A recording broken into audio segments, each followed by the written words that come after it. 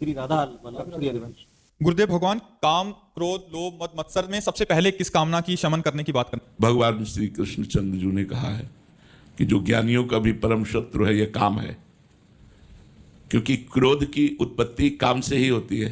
क्रोध की स्वयं सत्ता नहीं, कामा संजायते क्रोधा, काम से क्रोध की उत्पत्ति होती है। जब हमारी कामना में अपूर्ति होती है तो क्रोध का प्रादुर्भाव हो जाता है, और जब कामना की पूर्ति होती है तो लोभ का प्रादुर्भाव हो जाता है। ये दो दोष जो क्रोध और लोभ हैं ये काम से ही उत्पन्न होते हैं, और जो अहंकार है ये त्रिगुण माया का सृजन करता है, इसी से त्रिविध अहंकार प्रकट होता है। तो ये जो अहंकार है मूल सबका अहंकार है। जिस अहंकार से काम उत्पन्न होता है, देहाभिमान से ही काम उत्पन्न होता है, काम से ही क्रोध उत्पन्न होता है, काम की पूर्ति में लोभ उत्पन्न होता है, और ईर्ष्या या ज्ञान के कारण है। तो हमें सबसे पहले प्रार्थना करनी चाहिए कि हमारा देहाभिमान गलित हो जाए, क्योंकि अहंकार नष्ट हुआ तो क्षय नष्ट हो जाएंगे। जैसे किसी मकान में चोर रह रहे हो और उस मकान को ही उड़ा दिया जाए तो अलग अलग चोरों को मारने की जरूरत नहीं, पूरा का पूरा वो समुदाय नष्ट हो जाएगा। तो ये जो असत समुदाय है हमारे ऊपर प्रभाव डाल रहा है, ये